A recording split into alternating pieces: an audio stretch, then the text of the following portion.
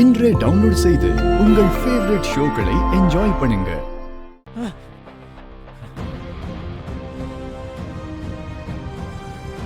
அப்படியே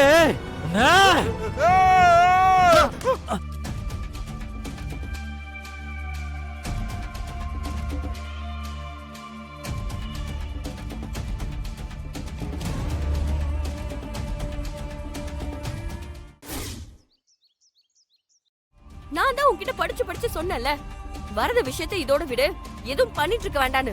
அதுக்கப்புறமும் எதுக்கு அந்த ஆளை கொல்ல போன? என்னால என் கோவத்தை கட்டுப்படுத்த முடியல, அதான். அப்படி என்ன கோவம்? என்ன விட உனக்கு உன் கோவம் பெருசா போச்சுல. இந்த மாதிரி எதை பத்தியும் யோசிக்காம நீ முரட்டுத்தனமா நடந்துக்கிறதாலதான் நீ வீணா போற. நீ உன் கோவத்தை எப்போ விடுறியோ அப்பதான் நீ உருப்படுவ. இன்னைக்கு உன்னால ஒரு உயிரே போயிருக்கும். அந்த ஆள் செத்து போயிருந்தானா இன்னையோட எல்லா பிரச்சனையும் முடிஞ்சிருக்கும். நீ தான் தேவையில்லாம வந்து தடுத்துட்ட. எவ்வளவு தைரியம் இருந்தா அருளை கொல்ல அந்த ஆள் அனுப்பியிருப்பான். முட்டாள் மாதிரி பேசாதடா, முட்டாள்.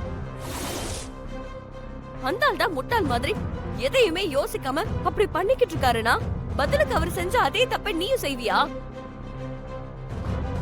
அந்த ஆளை கொன்னுட்டா எல்லா பிரச்சனையும் சரியா போயிடுமா? அந்த ஆள் என்ன யாரோ ஒருத்தனா? வரலட்சுமி சித்தியோட புருஷன். அந்த ஆளு செத்து போயிட்டா அந்த குடும்பத்தை யார பாத்துப்பா? வயசுக்கு வந்த புள்ளையோட வரலட்சுமி சித்தி ரோட்ல நிப்பாங்க. அப்படி நடக்கணும்னு தான் நீ ஆசைப்படுறியா?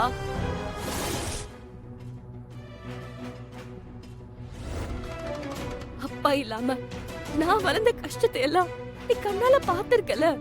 சத்யாவுக்கும் அந்த நிலைமை வரணுமா? நல்ல வேலையா நாங்க வந்ததால உன்னை தடுத்த. இல்லனா என்ன ஆயிருக்கணும் கொஞ்சம் யோசிச்சு பாத்தியா? நீ அந்த ஆளை கொண்டுட்டு ஜெயிலுக்கு போயிருப்ப. அதனால உன்னோட வாழ்க்கையே நாசமா போயிருக்கும். சித்தியோட குடும்பமும் நாசமா போயிருக்கும். இதெல்லாம் கொஞ்சமாவது யோசிச்சு பாத்தியா நீ? அதெல்லாம் கூட விடு. நீ ஜெயிலுக்கு போயிட்டா நான் என்ன பண்ணுவேன்னு யோசிச்சு பாத்தியா நீ? அப்புறம் நான் மட்டும் தனியா இருந்தல கஷ்டப்படணும்.